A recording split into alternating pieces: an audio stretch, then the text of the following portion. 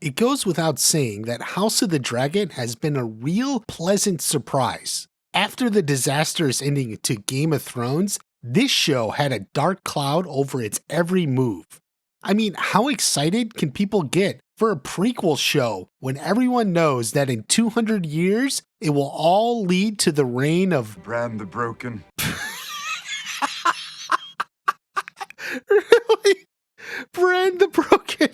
That's what they went with. I still can't believe it. All right, let's have a watch party. Anyway, Ryan Condal and Miguel Sapochnik came in and said, fuck all that. House of the Dragon kicked off with a bang. It was great. Game of Thrones is back. On balance, the fans were enjoying every episode. There were ups and downs for sure. Constant time jumps didn't make it the easiest thing to follow, but overall the show is really good. Now, just because the show is really good and a welcome relief after the disaster ending of Game of Thrones doesn't mean it's perfect. As the season went on, it's been clear there are a few lingering problems, stuff that's just not sitting right. The biggest is that all the characters are horrible people. There's no one you can root for. From Rhaenyra, who was sleeping around lying about it, to Daemon, who killed his wife and conspired with Rhaenyra to kill an innocent man for Rhaenor to leave. Then there's Alicent, who's excusing her son's horrors and runs an OnlyFans account featuring her feet. Not to mention Aegon, who's literally a rapist and exploits children. Then finally Aemon, who is sort of a prick and kinda killed his nephew. It's hard to have a show, especially a show about warring sides, where no one is cast as the hero. The closest we really had was Viserys. He's a happy-go-lucky guy who just wanted everyone to get along. You can empathize with him. He's doing the best he can. The high point of the season is him walking into the throne room, trying to get to his chair. But then he died, and now there's no one left. That brings us to our second issue and what we're going to discuss here. Prince Daemon Targaryen. He's probably the most liked character, though I understand opinions vary wildly on this show. It's worth noting that before the show came out, among book readers he was probably the most popular. He's definitely the one with the most potential to carry the show, at least as someone to cheer for. Now granted, a lot of this does come from Matt Smith's performance. I never watched Doctor Who and I missed the first season of The Crown, so I admit I know nothing about him. He certainly has captured the role about as perfect as you can imagine, or at least what you would imagine if you were familiar with the source material going on. The way Master Gildain in the books describes him has become something of a legend in itself. Over the centuries, House Targaryen has produced both great men and monsters. Prince Daemon was both. In his day, there was no man so admired, so beloved, and so reviled in all Westeros. He was made of light and darkness in equal parts. To some, he was a hero. To others, the blackest of villains. So yeah, he was the best of both worlds, but without the Disney Channel STDs. George R.R. Martin has said Daemon is his favorite Targaryen in the entire Song of Ice and Fire story. Now in total fairness, the show has captured at least some of these qualities. There are several moments in the show where people, at least the audience, really like Daemon. A good example is the first episode. Maybe Daemon said something bad, but here he tells Viserys the hard truth. The people on the council, especially Otto Hightower, are playing him. He's weak and he's blind to it. Perhaps the greatest moment of the season is when Daemon helped his brother get to the Iron Throne, picked up the crown and put it on his head. Then the last moment when he tells Rhaenyra the bad news, but then these are all moments the audience would connect with Daemon, not the people in the show. Maybe soldiers would remember him from the War of the Stepstones, but that's not a whole lot. There are also the gold cloaks which he created, but the show never really gave any reason for that.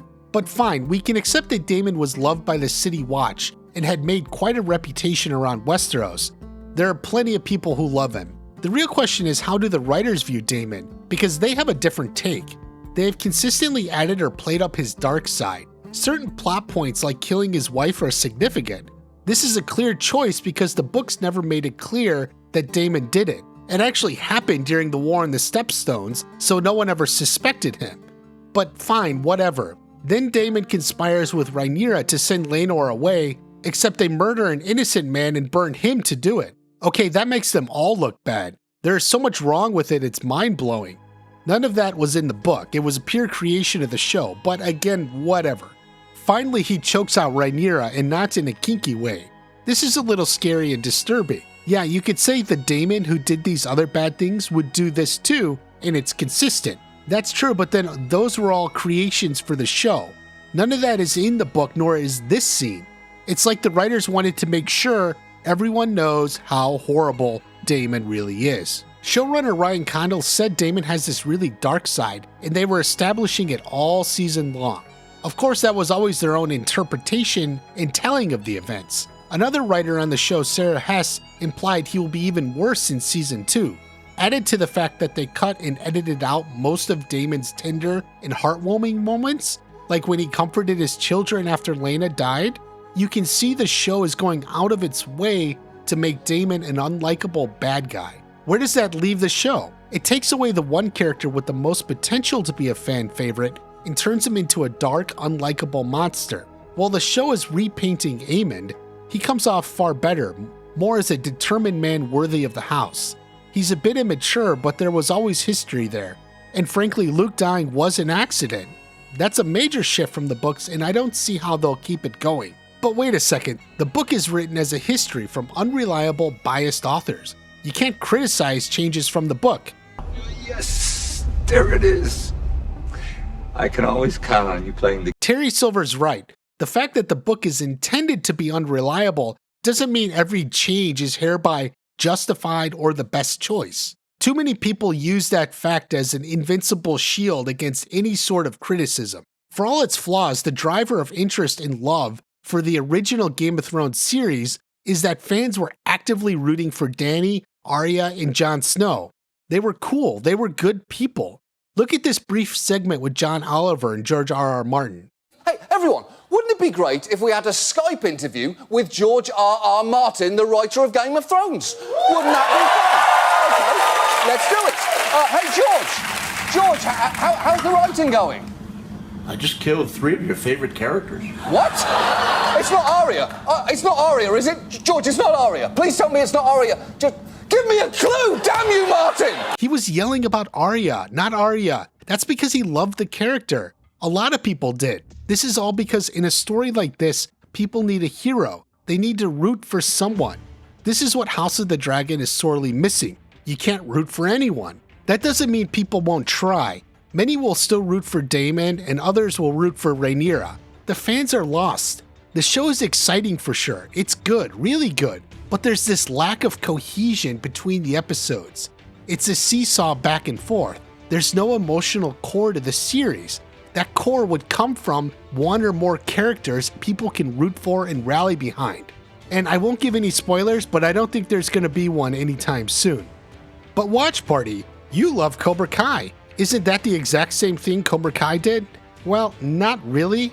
Instead of a show with no heroes, Cobra Kai gave us a show where you could legitimately root for different sides. Both Daniel and Johnny were right in their own ways. That's what made it such a success. House of Dragon, not so much. You want to root for Rhaenyra, but it's not exactly easy. Daemon should be more likable. He's had the best moments in the show, but stuff like this puts that forever out of reach. The only character who may come off as a genuine hero could be Cregan Stark. Thus far, he's someone who was only mentioned in the last episode. We'll see him early in season 2, but that will mostly be it. No spoilers, but he'll be more important at the end of the series. But honestly, the way I see it, Cregan Stark is the only character who the fans may universally rally around, and that's a shame. As much as I like this show, I find it hard to dive deep. There's this underlying sadness or depression about the whole thing. That's partially because I know what happens for sure. And as well done as it's been, so far the lack of emotional core is really getting to me. I'm not really sure I have the motivation to keep doing analysis on this, even though there's so much talk about it. Do you feel it as well, or is Watch Party just going crazy? Let me know, I'm genuinely curious. Have a great day, I'll see you at the next Watch Party.